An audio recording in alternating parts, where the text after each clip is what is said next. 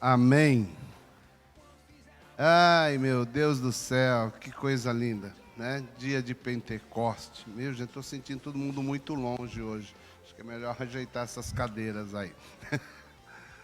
Abrir um espaço para as crianças. Então, hoje é dia de Pentecoste. Talvez você quer saber o que é Pentecoste. Né? Então, a gente já começa dizendo que Pentecoste quer dizer de penta. Aquilo todo mundo tenta, mas só o Brasil é penta, né? É penta, 5 vezes. Então, a gente começa pelo número 5, que significa esta festa. Então, nós vamos tentar, aqui a gente primeiro colocar você num contexto histórico.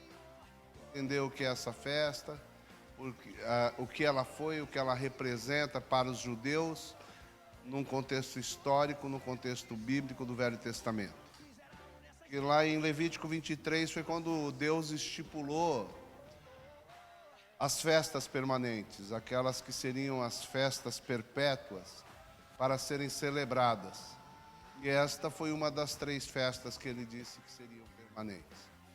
Então começamos aproximadamente 50 dias atrás, há 7 semanas atrás, nós celebramos a Páscoa, o Pêssach. Então, essa festa ela é contada a partir do Pêssach, que é a Páscoa. Então, são 7 semanas, 49 dias após o dia da Páscoa, 49 dias mais um dá 50. Então, no 50º dia começa a festa de Pentecostes. Que são chamadas festas das semanas, festa das primícias, né? E ela tem outros significados e vamos estar falando aqui deles, a princípio, para a gente se posicionar. Então, vamos começar falando desse contexto histórico, que Jesus veio e transformou essas datas. Ele modificou o Pêssach, que era a celebração da saída do Egito, da escravidão do Egito, para a liberdade, para o povo sair ao deserto. E celebrava isso quando houve a morte dos primogênitos, uma lembrança daquele tempo da escravidão, que os judeus sempre celebraram. E nós, o cristianismo veio, Jesus veio para transformar e ressignificar o Pêssach para nós. Tem todo o ensino que vem a respeito da escravidão e a libertação, mas também vem a ressurreição, a história da morte e ressurreição de nosso Senhor Jesus Cristo. Quando ele vem e ele é morto no Pêssach, ele morre no Pêssach. E aí vai transcorrer 7 semanas da sua morte até o Pentecoste, que é a vinda do Espírito Santo. Então, nesse período, ele ressuscitou, andou com seus discípulos, caminhou com eles durante um certo período. E aí você vai, é até um tema bom para você que gosta de se aprofundar na palavra, que você vai começar a pesquisar a ressurreição de Cristo, as vezes que ele apareceu ao seu povo, da maneira que foi, a sequência que foi. Tentam montar, mas ninguém ainda tem uma absoluta certeza de como foi toda a sequência da aparição de nosso Senhor Jesus Cristo, a volta.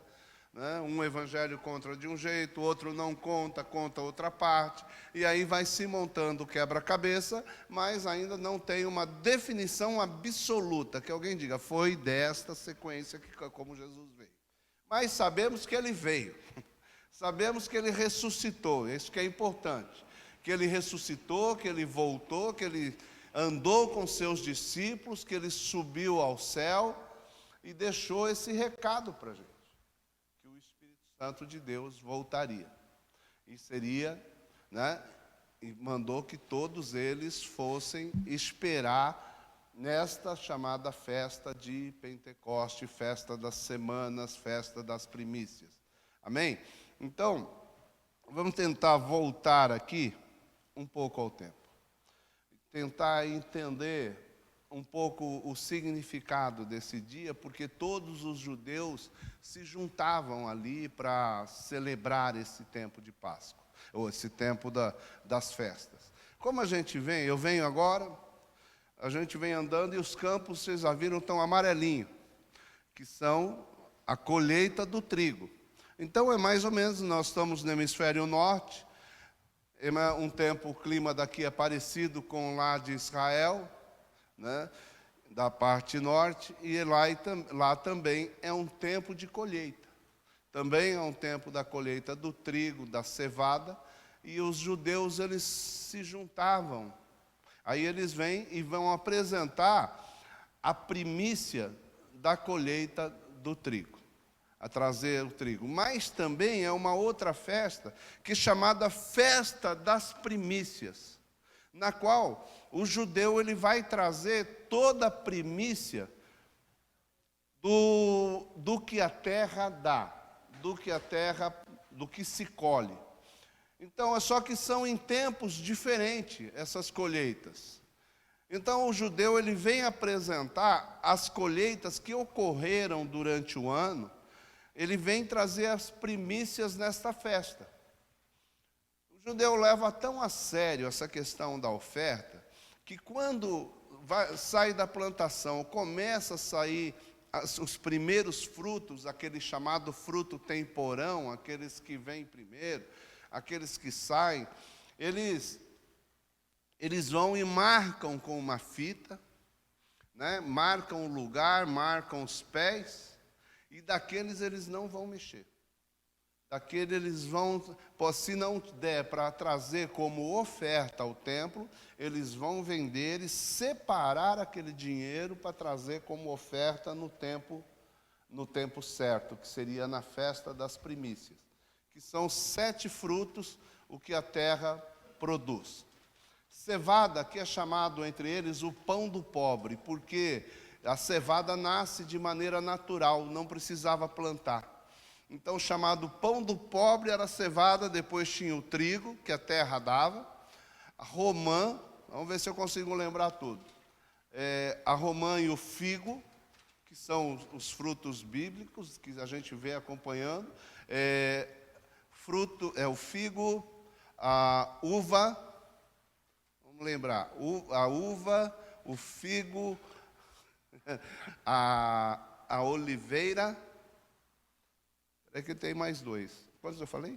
Cevada, trigo, romã, figo, uva, né, que é da videira, 5, a tâmara, 6, e a azeitona, 7.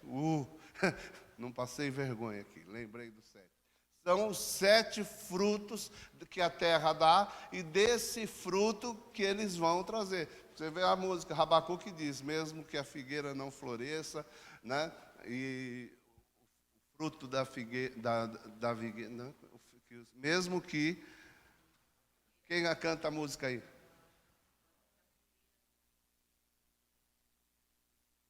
Fruto da vida, da Vidneg, e qual é a outra? Que a figueira não floresça. Né? Então ele vai lembrando os frutos que a terra dão. Sempre vai falando dos frutos que a terra dá, que emana daquela terra, e eles têm que trazer a primícia todos os anos. Isso não se aplica a nós, mas aplicava aquele tempo deles de agricultores. Mas a gente vê a preocupação deles com essa festa, a importância dessa festa. Então, quando nós pensamos em festa, nós imaginamos assim, que é uma festa do ano. Então, o judeu não, o judeu ele celebrava 7 vezes ao ano. Toda a colheita, ele não celebrava no templo, mas ele celebrava na sua aldeia, no seu povo, na sua sinagoga. Eles estariam lá celebrando as primícias, que toda a colheita que tinha, eles agradeciam, separavam. Então, esse é um estado permanente que Deus faz para que as pessoas sempre tenham gratidão a Ele, que sempre se volte a Deus, tudo que vem às nossas mãos. Tudo que vem a eles, tudo que a terra dá, eles estão agradecendo a Deus. Tem lá Habacuque que diz, né, que mesmo que o fruto da figueira né, fruto da não floresça, mesmo que a floresta não floresça, o fruto da vide minta, enfim, aí ele vai dizendo que não haja, que o campo não dê seu mantimento, que as ovelhas sejam arrebatadas do aprisco e não haja gado no curral. Mesmo assim, eu darei ao meu Senhor. Tremendo. Então, ele vai falando sempre dos frutos, estamos falando das coisas da terra, porque falar Deus dando, Deus não dando, não importa, eu vou louvar ao meu Senhor. Amém? Então, vamos aqui a um tempo, hoje está difícil pregar, vou te dizer algo, sabe por quê? O Espírito Santo quer fazer algo hoje aqui. O Espírito Santo quer fazer algo diferente hoje aqui. Eu estou entregando aqui um pouco que tem, que desse assunto, eu já nem preciso estudar, que eu prego tanto sobre o Espírito Santo, eu falo tanto da pessoa dele, que às vezes não preciso estudar. Todo encontro eu ministro, todo ano a gente fala, e é uma questão constante. Então hoje, Deus não deixou nem eu estudar, vou te falar um negócio, tentei. Mas Ele está falando, fale de mim, fale das coisas de mim. Então, mas eu estou começando essa pequena introdução para não dizer que eu não ensinei. Né? A gente está falando da história, dessa história do Pentecoste, para a gente chegar aonde a gente tem que chegar. Então, essa tradição judaica, festa das primícias, e outra tradição também que eles celebram nesse mesmo dia, é a entrega da Torá, ou o Pentateuco, os 5 primeiros livros, né, que os judeus chamam de Torá, né, e nós chamamos de Pentateuco. Os 5 primeiros livros da Bíblia, escritos por Moisés, né, com Moisés que escreveu. Então, eles celebram essa data, que também foi nessa data de Shavuot, né, chamado Pentecostes, também a festa de Shavuot, chamado pelos judeus, que foi a entrega que Deus entregou para Moisés os 5 livros.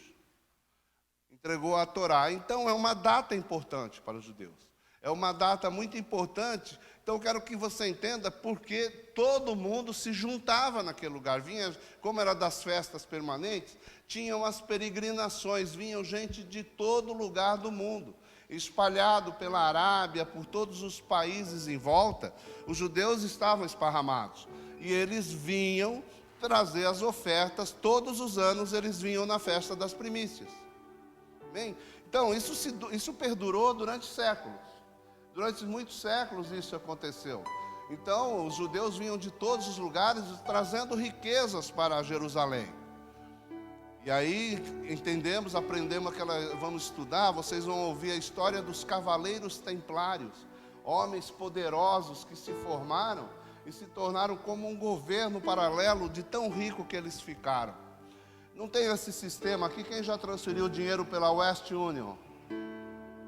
Sabe esse sistema? Então, esse sistema do Cavaleiros Templários. Eles que inventaram. As pessoas saíam, por exemplo, de Roma, bem distante, então eles não iriam levar os frutos, porque não havia como, né, eles carregarem. Então, eles iam trazer as ofertas em dinheiro.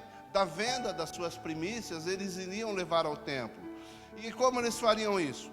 Aí as viagens antigamente, elas eram muito perigosas. As pessoas viajavam em caravanas, as pessoas viajavam em grupos, mas tinham que contratar proteção. E quem eram esses protetores que protegiam durante o caminho? Eram os cavaleiros templários. Se tornaram, né, por isso, cavaleiros templários, cavaleiros do templo, cavaleiros que protegiam a nação.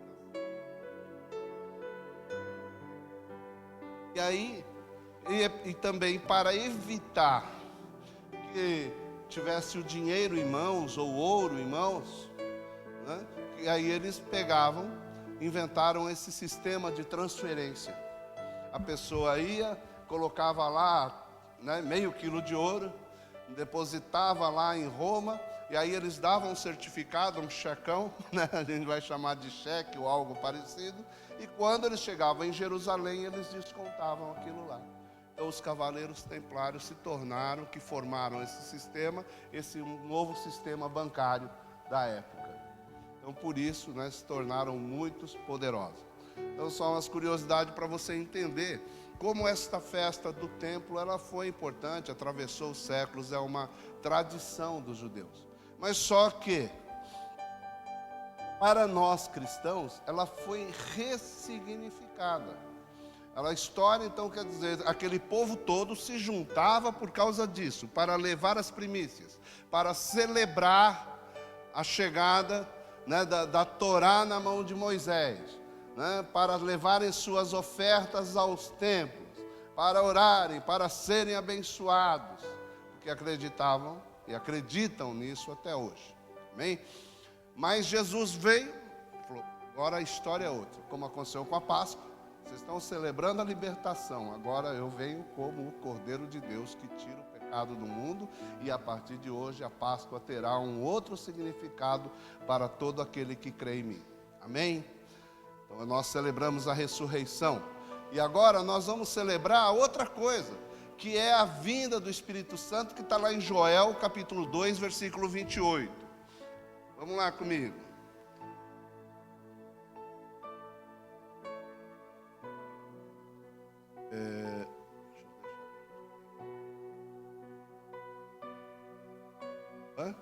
Joel.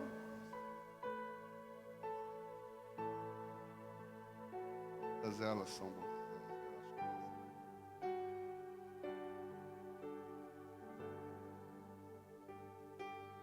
Então vamos lá. Joel.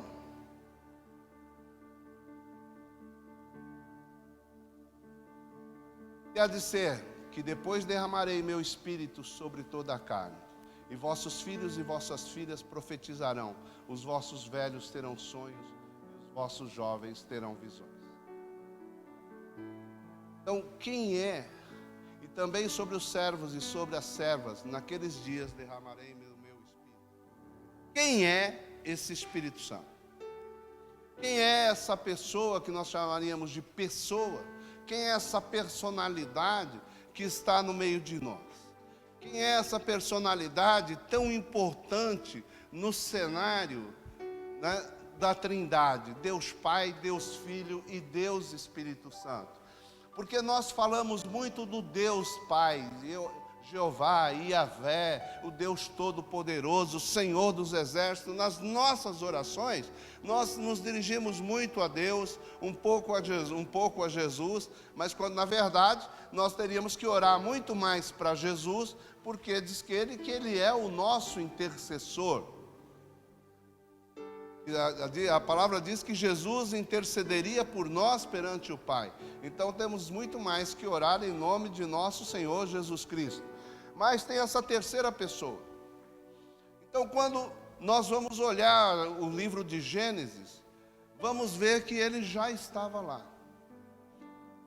Diz assim, que no início era o caos sobre a terra. E tudo era sem forma e vazio. E havia trevas sobre a face do abismo, e o Espírito de Deus se movia sobre a face das águas. Ei, antes da formação do mundo, o Espírito de Deus se movia sobre as faces das águas. Então nós entendemos numa linguagem que Deus é o Pai Todo-Poderoso, Ele é o comandante. Aí nós temos o verbo, no início era o verbo, e o verbo era Deus, e o verbo, ou a palavra, estava com Deus. Quem é a palavra? Jesus. E a terceira pessoa da Trindade era o Espírito Santo, que lá ele estava lá, se movia por sobre as faces das águas. Vai entender o que é isso? Está todo mundo tentando explicar até hoje. Tem várias teorias, mas não vou entrar nela que é muito complicado. E ele estava lá. Então, Deus resolve construir, fazer a terra, fazer o homem. Então Deus tem a ideia, sou o Criador, eu faço, vou fazer.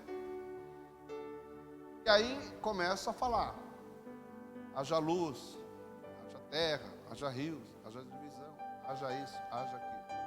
Então, começa Deus falando, mas a palavra que sai da boca de Deus era o o próprio Jesus. E aí quem fazia a obra? Era o Espírito Santo de Deus. Ele é o poder que emana, ele é o poder ativo para fazer todas as coisas. Vamos entender um negócio. Por exemplo, quem construiu Brasília? Quem sabe aqui? Os mais antigos devem saber. Quem construiu Brasília? Juscelino Kubitschek. Você viu ele pegando na pá? Você imagina ele carregando concreto? Mas quem fez Brasília foi Juscelino Kubitschek. Não é? Quem projetou, quem fez o desenho lá de muita coisa, né? Oscar Niemeyer. Pôs a mão? Não pôs a mão em nada. Então o que acontece? Assim é a Trindade. Deus fez o mundo, mas Ele emitiu os comandos.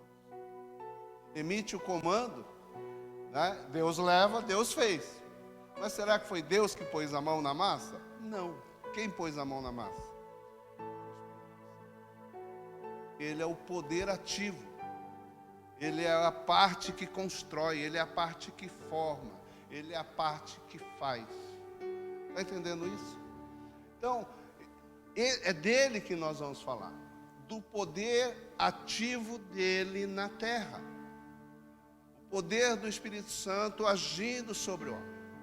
Então, até no Velho Testamento, nós vamos ver pessoas que foram cheias do Espírito de Deus. Nós vamos ver Elias, um homem que vai fugir de Acabe, fugindo da perseguição do rei, e ele vai comer um alimento e vai andar 40 dias e 40 noites, percorrendo, fugindo, traçando um caminho de mais ou menos 1.500 quilômetros em 40 dias e 40 noites. Que ele foi caminhando, fugindo. Porque ele foi cheio.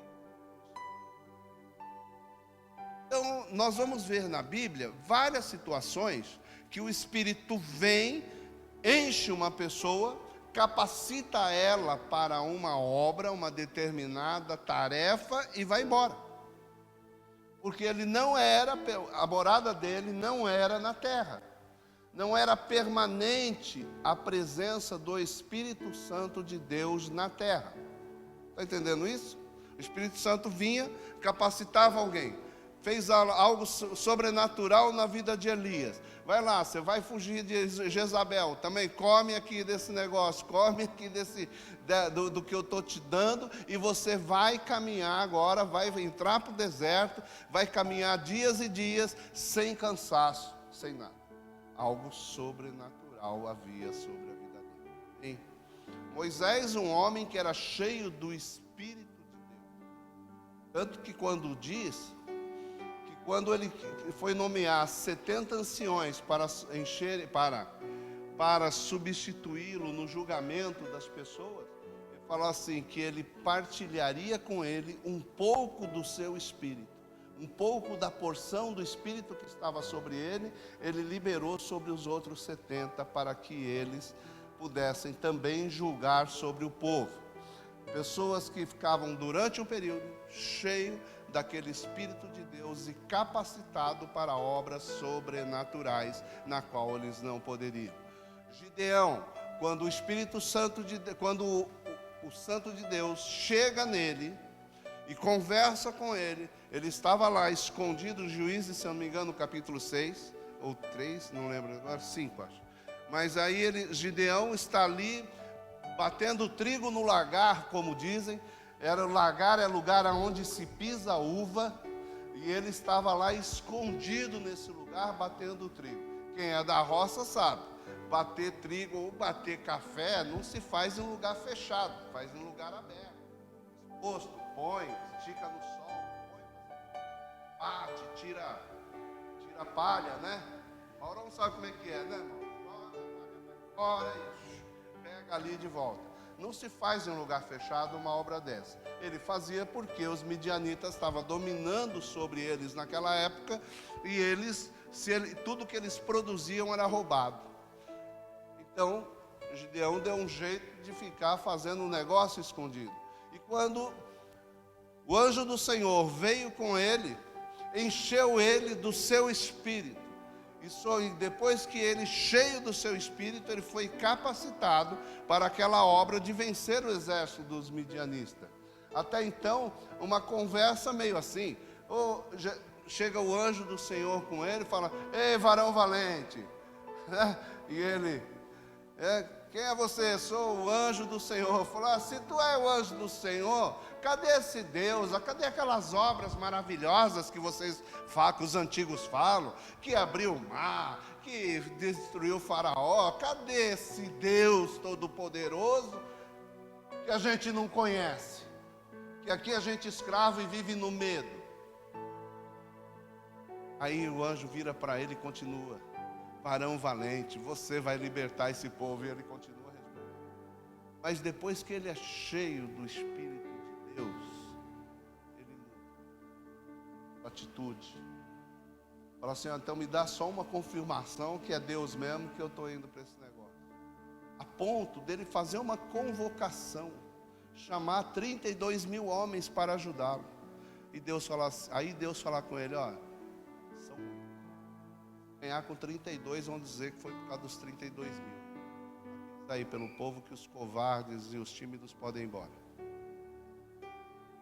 Gozado, né? A Bíblia chama covarde e tímido, põe no mesmo nível. Pode ir embora. Tem uns tímidos que ficam aí se escondendo. Na Bíblia a gente chama de covarde mesmo, né? Pode ser tímido, mas tem que chegar junto. Aí saíram 20 mil.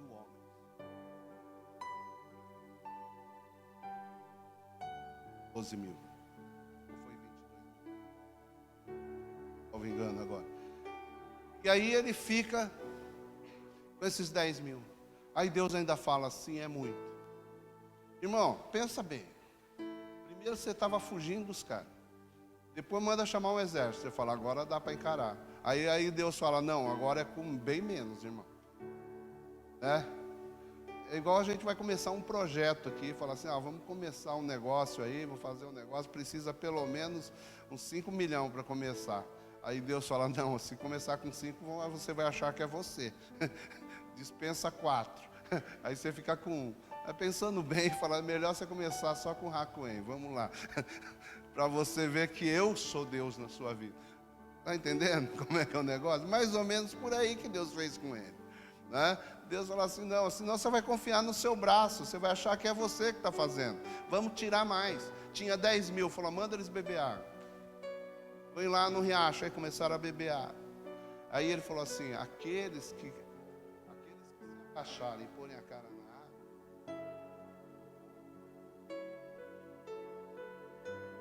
água, a água com a mão e trazer na boca, a água e olhando para os lados.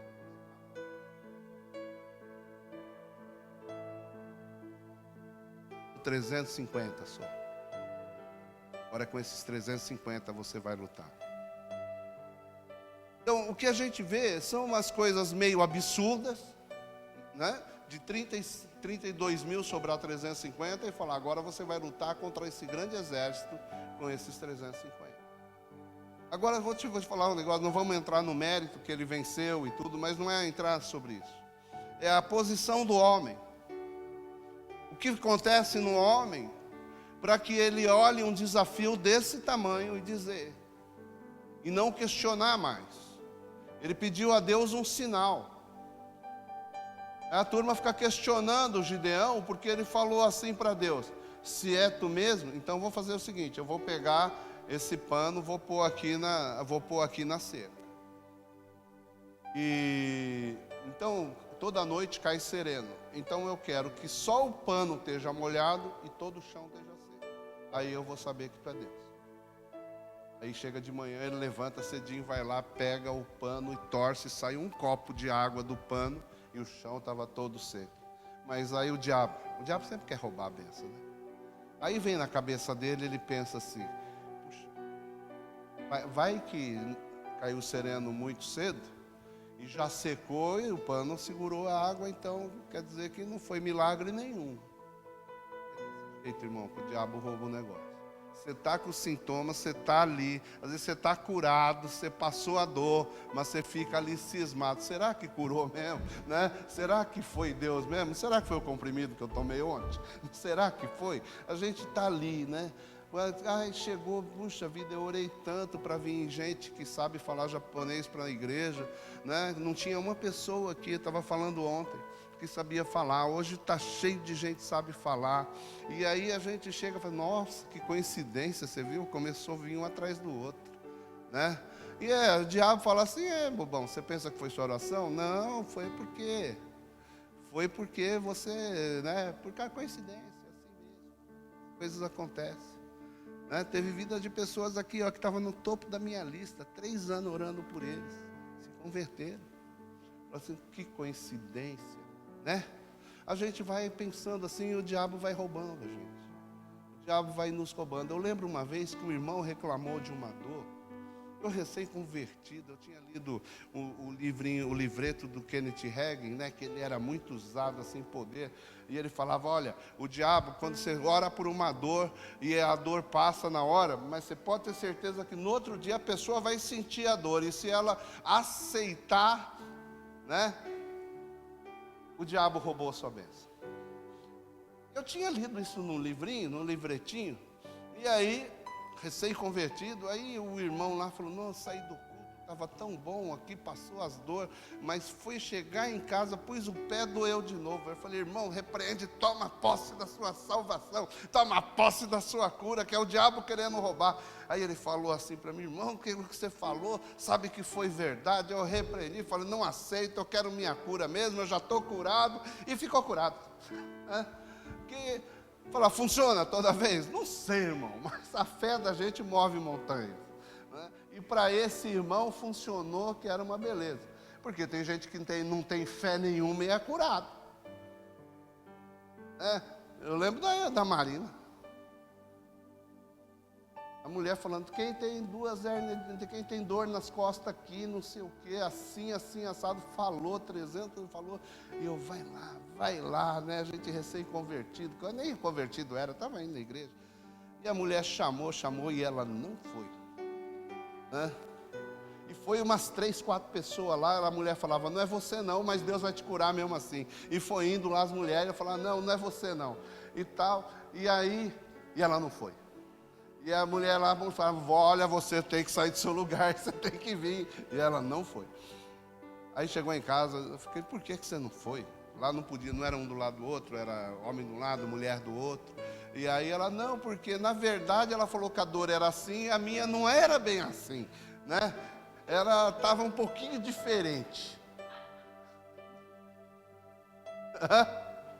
Sabe como é que é? Né? Aí ela pegou naquele detalhe e não foi. Aí fomos lá sobre, que a mulher estava aqui em Yokai de Mia. Eu estava morando em Minhocama. Falei, agora ela vai estar lá. Vamos lá que você vai receber a benção. Fomos lá. Aí eu que fui curado da minha efizema pulmonar e ela não chamou mais ninguém por causa da coluna. Mas um dia nós estávamos num culto, fizeram um apelo e ela foi à frente. Eu ali... O Espírito tocou no meu coração, põe a mão nas costas dela, que ela vai ser curada. Mas eu chegava, né, não era nada na igreja, recém-convertido, eu levantei do meu lugar, fui assim nas costas dela, pus a mão, saí correndo. Deus mandou pôr a mão, né? Eu só pus a mão e corri. Falei, vai que eu tomo bronca do pastor, porque eu fui lá na frente, né? Não era para ir, fui por trás dela assim, e toquei. Na hora que ela olhou para trás, eu já tinha corrido de volta. Mas era antevéspera dela estar indo embora para o Brasil. Quando ela chegou lá no Brasil, ela pediu para que o médico fizesse uma tomografia das hérnias nas costas dela. E o médico falou, não é assim, não se faz tomografia logo de cara. A gente tem que fazer primeiro... Era aqui? Era na cervical, tá vendo? Era. Aí, chegou lá, o médico tirou a radiografia e falou, não tem nada.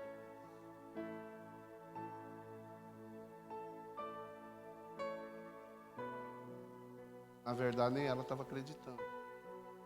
Às vezes, Deus age dessa forma, o Espírito Santo de Deus também. Mas eu voltando a Gideão, ele acreditou naquela palavra, porque ele chegou e fala, bom, quando se portar, mais um testezinho, então para mim saber, então vamos inverter o negócio agora, sabe aqueles irmãos que, né, pior que São Tomé, aí ele vai, pede para ele, fala assim, então vamos fazer o seguinte agora, cai o sereno, molha tudo, mas deixa o pano seco. Aí, amanheceu o dia, tudo molhado de sereno, foi lá no pano, pano sequinho. Aí ele acreditou. A gente fica condenando, né? Fala assim, irmão, que cara teimoso. Eu conheço gente fora dessa igreja, não. Nem vou olhar, porque senão vai falar que eu estou acusando alguém. Vou tampar os olhos para você não se sentir acusado, né? Tá? Irmã, sabe aquele negócio? Quando eu me converti, o Espírito Santo de Deus é maravilhoso, porque vamos falar dele. As pessoas, eu entrava na igreja, a pessoa batia nas minhas costas, falava, irmão, tem um recado de Deus para você. Isso, Deus tem pressa na sua vida, foi dar obrigado. Primeira vez, né? Fiquei todo feliz. Dali a pouco toda a igreja aqui ia, porque eu me converti na Assembleia de Deus, e lá aquele negócio é visitar a igreja dos outros, né? Então a gente não parava de visitar a igreja dos outros. Então toda igreja que eu chegava um irmão, batia nas minhas costas. Deus tem pressa. Quando batia, eu falava, já sei, Deus tem pressa. É isso mesmo, ia se pegar e virar as costas. Então o que eu quero dizer com isso, irmão? Que o Espírito Santo de Deus, ele é tremendo, ele é único, ele tem uma mensagem só para você. Ele vai confirmar, ele vai confirmar, e ele vai confirmar, ele vai trazer. Eu quero abrir um parênteses aqui. Não foi o homem de Deus, eu não fui lá para ver o profeta, eu não fui lá para ver o pregador, eu não fui lá porque aquele homem é ungido, abençoado. As maiores revelações que eu recebi da minha vida foram de pessoas que estavam aqui, como vocês, levantar e pelo Espírito entregar uma mensagem para alguém. Então é essa igreja que a gente quer ver crescendo. Vocês serem profetas responsáveis, saberem ouvir o Espírito Santo de Deus, a mensagem de Deus um para o outro, edificando. Porque o Espírito de Deus age assim. Deus quer agir assim. Ele quer uma igreja que as pessoas procurem os dons. Paulo nos diz que ele distribui os dons da maneira que lhe apraz. E ele também nos diz assim: procurai os dons com zelo, principalmente o de profetizar. Então o que Paulo está dizendo? Não é um dom nato. Tem pessoas que têm uma característica, que vão fluir mais naquilo, e ela já tem uma predisposição para o profético, para a visão aberta, para ter visões. Mas isso não te impede de pedir. Não te impede de falar, Senhor, eu quero ter visão aberta. Tem gente que fala, Senhor, pelo amor de Deus, fecha a minha, que eu não quero ver demônio de jeito nenhum, né? Se eu ver, eu corro. Tem gente que quando Deus abre os olhos, ele fecha, porque que foi, irmão, estou vendo um bicho feio ali, não quero ver não, né? Tem gente assim, né? Então o Senhor dá um dom, ele dá e tira. Irmão, eu tinha um dom que eu pedi para Deus tirar. Eu tinha o dom discernimento de espírito com cheiro. Só que tem um negócio, demônio tem cheiro de, sabe do quê? De cocô, fezes, humana. Qualquer coisa fedida é fezes humana. Nem de cachorro não é tão fedido, mas de homem fede. Então, era tão forte que era como se alguém, eu não sei bem, mas eu acho que era bem, se alguém pegasse um negocinho dessa coisa fedida, e passasse aqui no meu nariz, e eu começasse a sentir o cheiro de alguém colocado bem dentro da minha narina, que é a ponto de você sentir o gosto, né? Não tem cheiro que lhe dá sabor? Então, eu nunca comi isso, mas vinha aquela coisa na boca, horrível. Por quê? Era tão forte, era tão visível para mim, que eu tinha que perguntar para a Marina. Está fedendo cocô por aí. Pato bem apurado. Então é demônio mesmo. Até eu aprender o que era, demorou. Porque eu sempre achava que tinha alguém do meu lado que teve problema, né? Até eu discernir a verdade, que era um dom que Deus tinha me dado, que chegou um ponto, chegou uma hora aqui no Japão, começou a atrapalhar, irmão. Tinha pessoas que eu orava e esse cheiro saía. Eu lembro até hoje a irmã Águida intercedendo, me ajudando quando eu estava orando, e ela ficava atrás da pessoa assim, ó. Não, um dia foi você também. Aí saía o cheiro ruim da pessoa, e quem estava em volta sofria, né? Aí eu falei, Senhor, tira esse negócio de mim, que não tá ficando ruim, tá difícil, me confunde, né? Então eu estou ficando meio confuso. Mas você vê como que é o poder de Deus? Às vezes aí ele faz algo inconfundível para mim, que eu sabia, aí eu entrava no lugar, eu estava perto de alguém, eu sabia que era demônio, por causa do cheiro. Mas começou a hora que era toda hora. Aí eu falei, tira esse negócio que eu estou andando o tempo inteiro, como quem está carregando um negócio no nariz. Era muito ruim.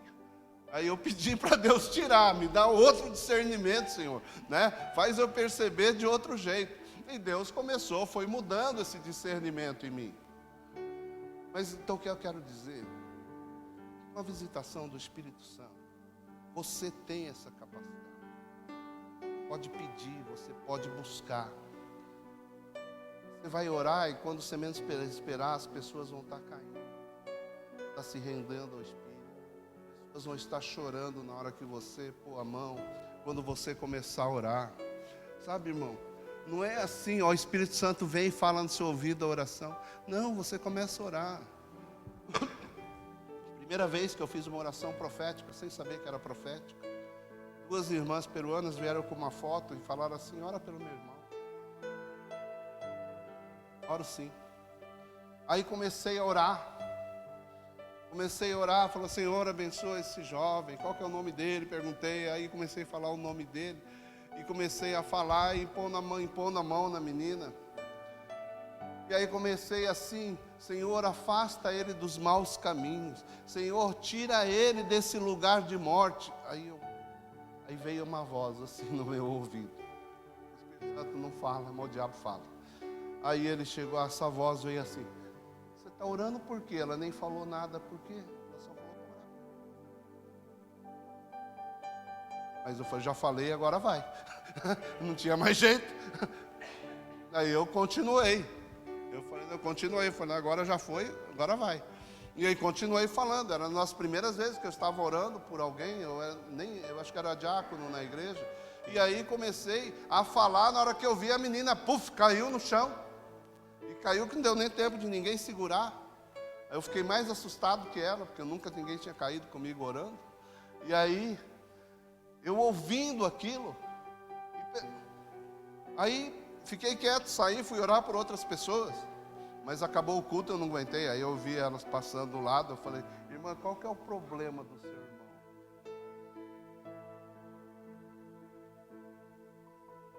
Como o Espírito Santo, não vai ser desse jeito, irmão. Não vai ficar preocupado, vai fluir. Você está falando algo no natural e Deus está te usando. Você vai estar falando algo como uma pregação dessa, que eu estou estudando algo que não tem um sentido específico para alguém, mas eu tenho convicção que é resposta para muitas pessoas que querem saber. Vem testemunhos de pessoas, apóstolo, eu estava pensando justamente nisso. E aí o Senhor falou, respondeu isso. Apóstolo, o Senhor estava falando sobre algo na escola, e de repente aquilo que o Senhor disse foi a resposta das perguntas que eu estava tendo no meu coração. E quando você menos esperar, você está sendo usado por Deus. Então a gente quer espiritualizar naquele sentido de que vai vir um Espírito sobre mim e vai falar algo. Não, ele vai te inspirar. Você passa a ser inspirado pelo Espírito de Deus, sabe? A gente quer aquela coisa, olha, Deus está me falando isso, e vai, assim te diz o Senhor. Na maioria das vezes não. Você vai ser inspirado pelo Espírito Santo de Deus, e a voz dele é suave. Amém? Então, e aí ele vem à terra. Jesus Cristo veio, e isso vai se concretizar em Atos 2, capítulo 2. Quando ele vai dizer que viria o Espírito, ele vai em João 14, ele está dizendo que eu vou para o Pai. Mas eu vos enviarei o Consolador. Quem é o Consolador? É o Espírito Santo de Deus. Quem é o Consolador? O Espírito Santo de Deus. O que é o Consolador? Que Jesus o chama de Consolador. No grego, essa palavra quer dizer paracleto. Paracleto, para quem estuda direito, um advogado é o nosso paracleto. É o melhor amigo. É alguém que pode nos representar diante das autoridades. Então, no grego, as pessoas tinham aquele julgamento, né, chamado no aerópago. Eles faziam lá os julgamentos e as pessoas, mas nem todos tinham o dom da oratória para se defender. Então, ele convocava um paracleto, ou chamava o seu melhor amigo, aquele que poderia representá-lo, que aí se tornou a figura do advogado, do direito, alguém que representa alguém, dá uma procuração. Então Jesus diz, eu vou para o Pai, mas quando eu chegar lá, eu vou interceder por vocês e vou mandar para cá o Paracleto, o Consolador, o seu melhor amigo. Então você tem que entender que esse melhor amigo, como ele pode ser o meu melhor amigo? No momento que você aceitou Jesus como Senhor e Salvador, você foi batizado pelo Espírito Santo. Há 2 batismos, e esse é um deles. Esse é o primeiro batismo que vem quando você recebe essa pessoa do Espírito Santo, quando você reconhece Ele como Senhor e Salvador. Porque o livro de Efésios vai nos dizer que nós somos selados com o Espírito de Deus. Então nós temos a marca da promessa. Então por onde você andar, toda vez que Satanás vem para a sua vida, você entrar em algum lugar que você não se sente bem, que você sabe que tem uma opressão, você fala assim, eu tenho a marca da promessa. Eu tenho o selo de Deus sobre mim. Os espíritos malignos reconhecem essa marca. Ele sabe quem você é. Você passa a ser uma pessoa diferente quando no momento que você aceita Jesus como Senhor e Salvador, você passa a ter o Espírito vivificado. A presença do Espírito Santo vem sobre você e a sua comunicação com Deus é reatada. Então, veja bem, qual o fundamento disso, apóstolo? Ele falou assim, olha, Jesus, quando ele chamou os 12, ou quando ele chamou os 70 para saírem de casa em casa, ele chamou para si e disse assim, ele olhou para eles, soprou e disse, recebam o Espírito Santo, sair para evangelizar. E não fala-se de nenhuma manifestação, ninguém saiu pulando, ninguém saiu falando em língua. E muito pouco se fala disso. Mas ele era cheio do Espírito. A gente está esperando algo sobrenatural, a gente está esperando um lá, eu bater o pé, sair falando em línguas. Irmão, você já recebeu esse Espírito Santo. As capacitações que Ele tem te dado são sobrenaturais, essas de você estar aqui, persistir nisso, já é a ação do Espírito Santo de Deus sobre sua vida. E aí nós vamos partir para o segundo batismo. Esse primeiro batismo, olha lá, falei de Gideão, teve lá, mas teve mais gente, Sansão, era porque revestido de força, antes tinha muito músculo e pouco cérebro, mas fazer o quê? Deus não dá asa à cobra, vai saber se ele fosse inteligente mesmo, o que ele ia fazer? Fazer coisa pior. Então Sansão, ele deu força a Sansão, ele foi capacitando. João Batista, quando a Bíblia fala que João estava no ventre de sua mãe, da mãe Isabel, Maria chegou lá para visitar, para passar um tempo com ela, e quando as 2 barrigudas se encontraram, aí chegou ali o Espírito de Deus. A Bíblia que João Batista foi cheio do Espírito de Deus dentro do ventre da mãe. O bebê se moveu e falou assim, e ele foi cheio do Espírito, já nasceu pregando, já pregou. Hein? Então tem batismos diferentes. É desse batismo que acontece em Pentecostes.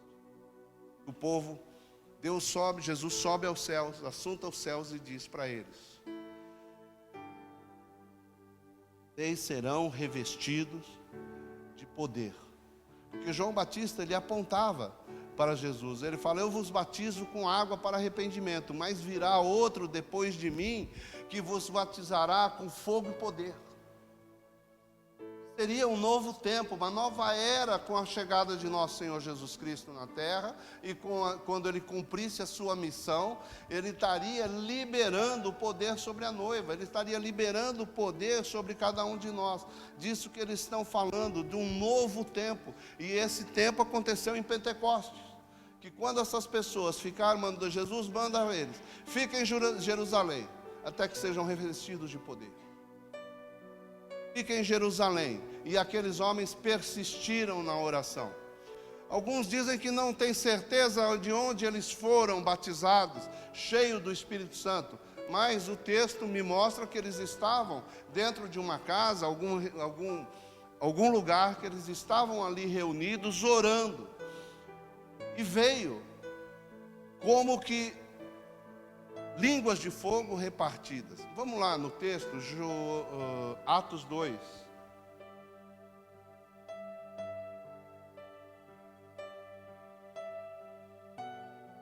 Atos 2.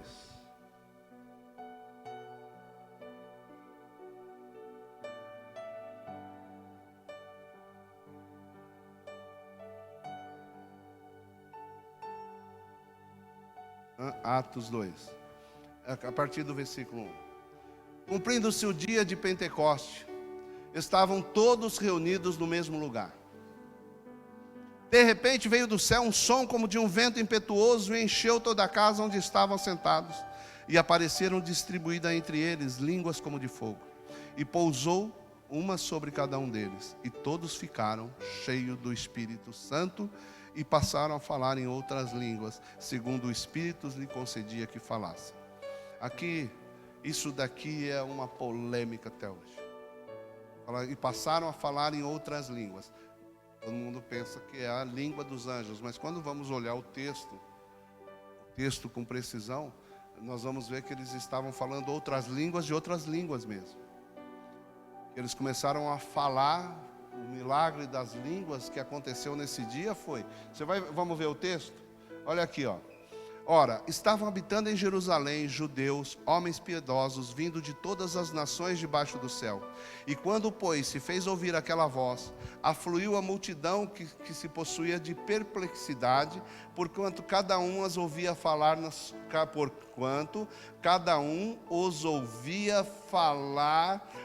na sua própria língua. Depois vai estar dizendo o texto que eles eram árabes, que eram sírios, da Capadócia, gente de tudo quanto é lugar, estavam ali, e um chegava para o outro. Por exemplo, sou eu aqui brasileiro, está ali o outro italiano. Ele falou: rapaz, esses caras não são da beira do lago, pescador, né? Essa turma não é aquela turma de pescador? É. Então como é que eu estou a falar em grego?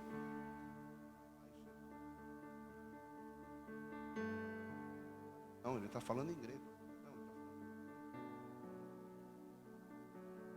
O outro chega e fala: não, mas ele está falando italiano. Ficaram maravilhados. E aqueles homens falavam e cada um entendia na sua própria língua. Eu ficava assim: não, ele está falando alemão. Não, é grego. Eu estou entendendo em grego, eu sou grego. Ele está falando grego. Não, ele está falando alemão. Eu sou alemão, eu estou entendendo tudo que ele está falando. Foi esse o milagre. E aí nós ficamos pensando, né, que a evidência, né, tem que ser o falar em línguas estranhas. Não, irmão, essa não é a evidência. A evidência é a capacitação do Espírito Santo sobre você, para fazer obras sobrenaturais. E de pregar o Evangelho a toda criatura. Aí quando você vai vencer seus conceitos, seus preconceitos, suas limitações, os seus limites. de ousadia, de timidez, todos os seus limites serão superados pela capacitação do Espírito Santo de Deus, que Ele vem para capacitá-lo para uma obra. Esse é o poder de Deus emanado, e a evidência desse poder sobre você, uma das evidências é falar em línguas estranhas, mas não é a mais importante. Paulo diz assim, né, que valor tem alguém entrar na igreja e todo mundo falando em língua estranha? Vai entrar alguém aí que não é ganho, vai achar que está todo mundo louco, fica falando os negócios que não tem nada a ver, que ninguém entende. Ele fala, então eu prefiro falar do que 10.000 palavras que ninguém entende, prefiro falar uma que eles entendam. Falar que eles entendam. Em vez de falar em língua, então profetizem. Quando as pessoas entrarem na igreja, já chega a falar, irmão, só aquele problema seu lá, aquele documento que você veio pedir para Deus, eu vou dizer o seguinte, Deus já está assinando lá. O cara vai olhar assim, mas como é que esse cara sabe da minha vida? Né? Porque Deus revela o oculto. Você vai começar a busca, começa a pedir para Ele. Quando você menos vê, irmão, você vai estar sabendo coisa que ninguém sabe. Você vai ter revelações da vida das pessoas. Para quê? Para ajudá-las, para ativar a fé dela, para convencê-la. Para que a pessoa vem na igreja? Para que você libera uma profecia? Para que você conta a história do passado, do presente, do futuro da pessoa? Para quê? Para você sair de bonitinho? Não, para trazer convencimento a essas pessoas. Paulo ensina assim. Então ele vai falando que existem dons que o Espírito Santo nos dá, que o Espírito Santo quer entregar para você, quer entregar para a igreja. E esse é o poder do Espírito Santo que está aqui à disposição de todos nós. Essa capacitação. Sabe? Aí, cara, quando você menos esperar, você vai estar ganhando vidas. Você vai estar falando e vai estar convencendo. Você vai estar falando com pessoas e pessoas começam a chorar perto de você. Sabe? Porque não é você, é o poder que emana através de você. Mas o passo de ir em direção a estas pessoas, tem que vir de você. Tem que vir de você. Conheço muita gente bom de conversa. Conseguem trazer as pessoas para a igreja, mas não conseguem mantê-las. Tem muita ousadia, tem muita capacidade individual, mas não tão cheio do Espírito Santo. A palavra de Deus nos diz que Ele vai convencer o homem do pecado, da justiça e do juízo. Então, antes de tudo, você tem que estar cheio de Deus. Quando você estiver cheio desse Espírito, querer a presença dEle, coisas sobrenaturais vão acontecer na sua vida, irmão. Eu gosto de dar testemunho porque eu conheci o Espírito Santo sem ninguém me ensinar. Eu tive que aprender com Ele. As pessoas não sabiam dizer o que estava acontecendo comigo. Eu achava que eu estava ficando louco. Alguém vinha pegar nos meus braços, pegar nas minhas mãos, pegar nas minhas pernas. Eu estar num culto aqui como esse, chega na hora do louvor, as minhas calças colarem nas minas pernas, alguém pegar minhas mãos, eu começar a balançar assim no culto. Falava que eu era o bonequinho da Michelin, sabe aquele que fica no posto? Ficava assim, lá, cheio de Deus. Eu perdi o controle, eu não estava nem aí. Eu falava, esse negócio é de Deus, é. Eu falava, então eu vou deixar rolar, dá vontade de eu virar, dá vontade de eu ficar pulando. Eu fazia tudo isso no culto. Chegava lá recém-convertido, irmão. Quando começava o louvor, a turma já tirava todas as cadeiras em volta de mim.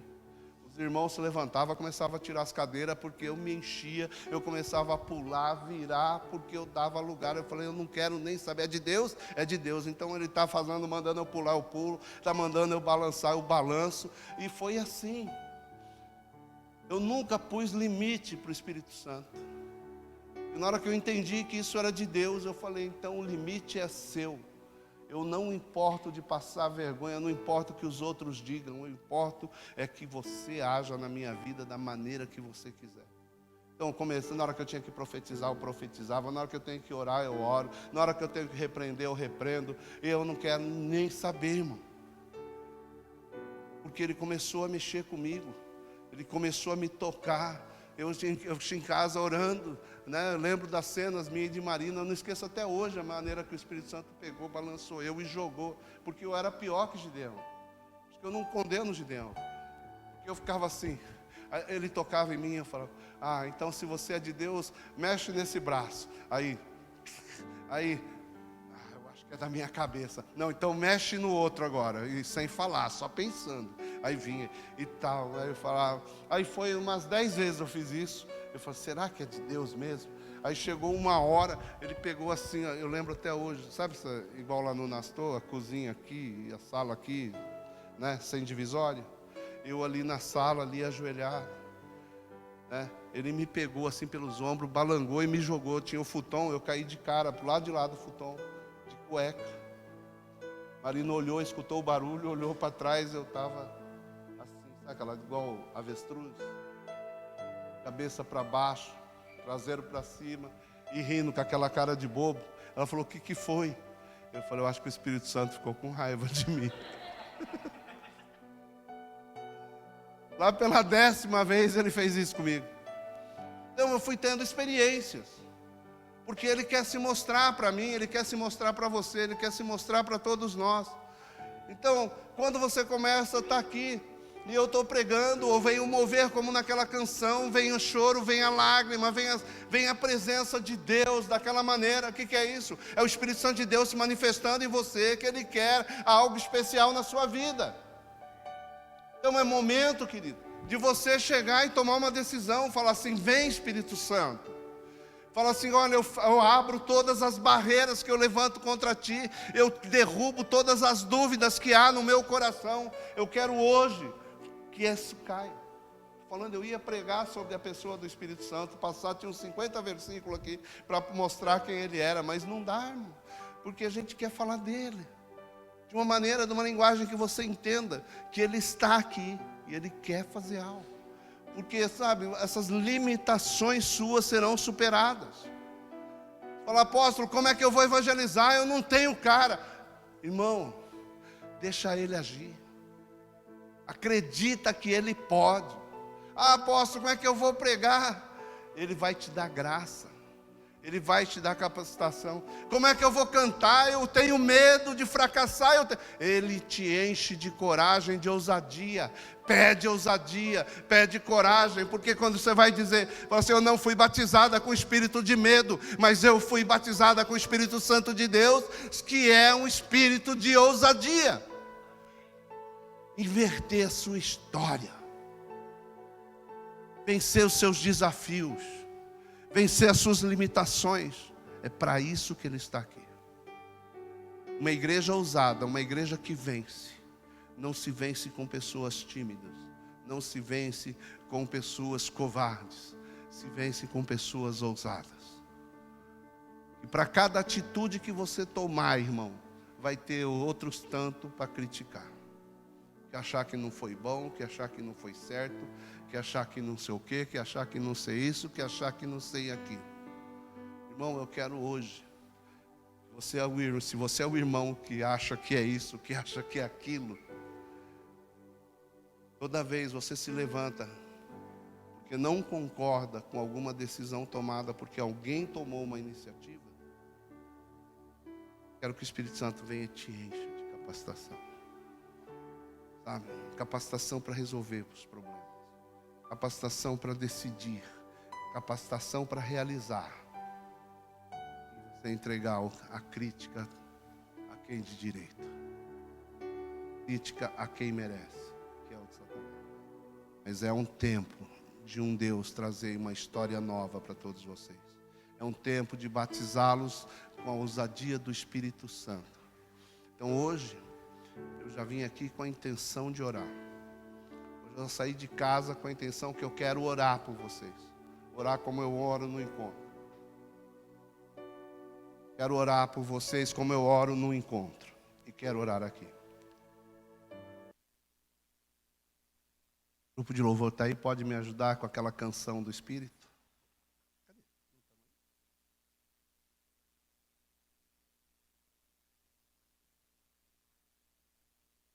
Deu. Então pode pôr aquela que eu pedi para você separar, pode deixar.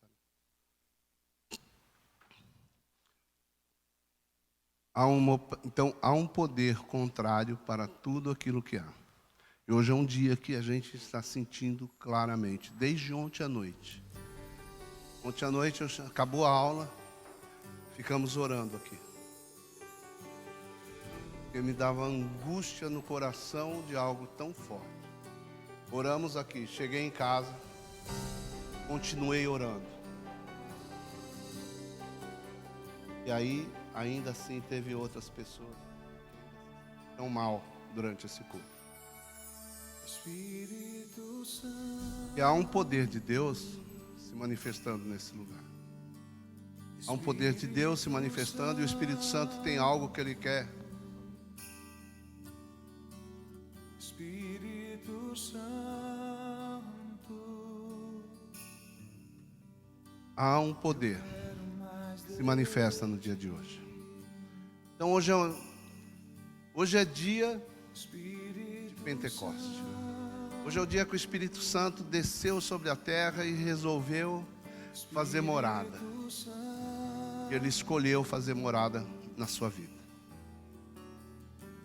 Agora, você precisa tomar uma decisão. Você quer ser revestido de poder?